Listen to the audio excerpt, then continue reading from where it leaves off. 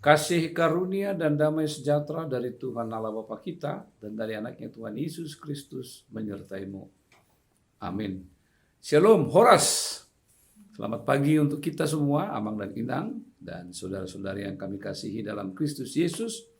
Kita bertemu kembali di awal minggu ini pada hari Senin tanggal 22 Februari 2020 untuk mendengarkan firman Tuhan sebagai sumber kekuatan bagi kita dalam mengawali seluruh tugas sepanjang hari ini dan sepanjang minggu ini. Ayat renungan harian kita hari ini, Senin 22 Februari 2021, diambil dari Efesus 2 ayat 20. Yang dibangun di atas dasar para rasul dan para nabi dengan Kristus Yesus sebagai batu penjuru. Salam sejahtera dalam nama Tuhan kita, Yesus Kristus. Lagu Dalam Yesus Kita Bersaudara tentu sekali lagu yang sangat populer dan begitu dekat dengan kehidupan kita. Dalam banyak kesempatan, dalam banyak event, lagu ini sering diperdengarkan dalam rangka untuk menggambarkan kesatuan, menggambarkan keakraban, menggambarkan suasana yang begitu intim satu dengan yang lain. Terutama sekali misalnya pada saat mengakhiri acara, kita kembali melantunkan lagu ini sebagai tanda bahwa kita dipersatukan hanya oleh Kristus Yesus. Tanpa itu kita tidak dapat melakukan satu pelayanan pekerjaan secara optimal.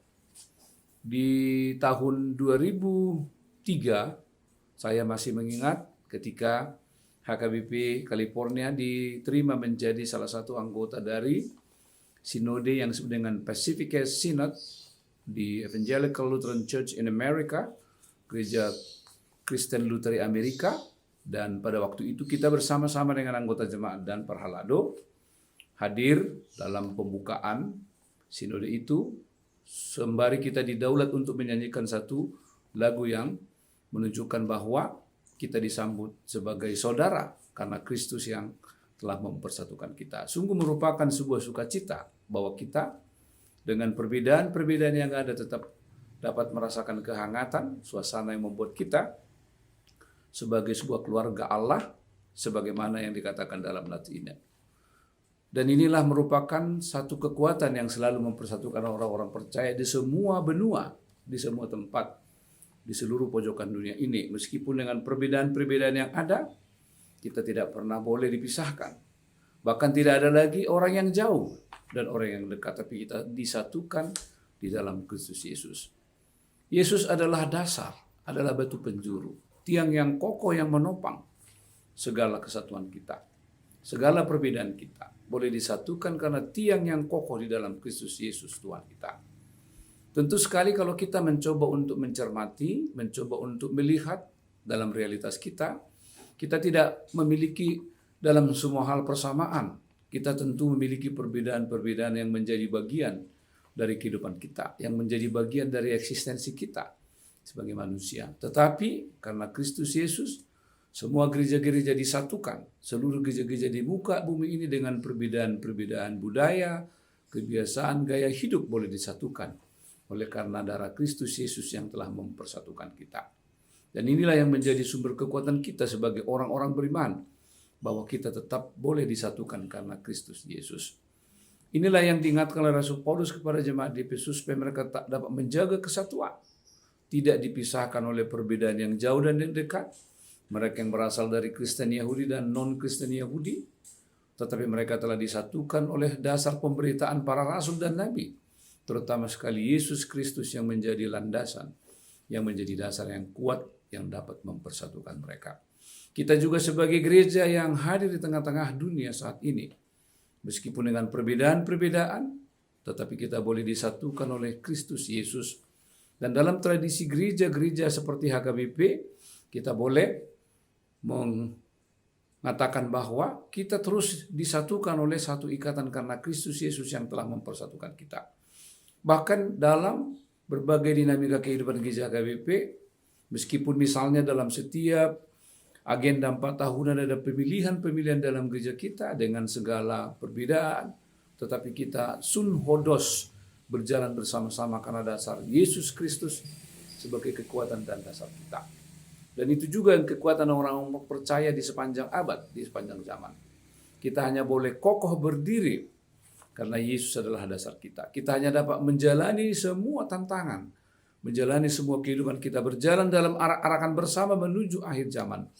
Apabila Yesus sebagai dasar kita yang kokoh mengikat kesatuan kita.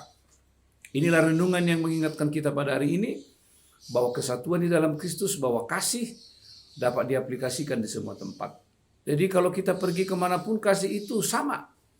Dimanapun kita berada di seluruh belahan dunia ini, kasih itu tetap sama, diartikan sama dalam kehidupan konkret kita. Tetapi budaya berbeda-beda, tidak selalu memiliki persamaan dalam semua hal. Simbol-simbol tangan, ketawa, menyambut orang, tentu di macam-macam tempat itu tidak boleh sama, berbeda. Tetapi kasih dalam Kristus Yesus itu sama, itu tidak berbeda dimanapun. Karena itu, marilah kita semakin memperkuat kesatuan kita di dalam Kristus sebagai dasar itu. Kesatuan yang diikat oleh kasih, pengampunan, damai sejahtera, sukacita di dalam Tuhan Yesus Kristus. Itulah yang dapat memperkokoh kesatuan gereja kita. Itulah yang dapat terus-menerus menghidupkan semangat persatuan kita. Sehingga segala perbedaan tidak lagi menjadi ukuran utama dalam segala praktik kehidupan bersama kita.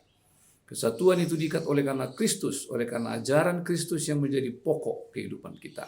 Dan itulah yang memampukan kita untuk terus diikat di dalam kebersamaan. Apapun perbedaan-perbedaan yang ada, kepentingan-kepentingan yang tidak selalu sama, tujuan yang tidak selalu sama, tetapi mari kita mengingat bahwa kasih Yesus itu menyatukan kita sebagaimana tadi nyanyian yang begitu populer dalam lingkup kehidupan kita orang percaya. Dalam Yesus kita bersaudara, dalam Yesus kita bersaudara.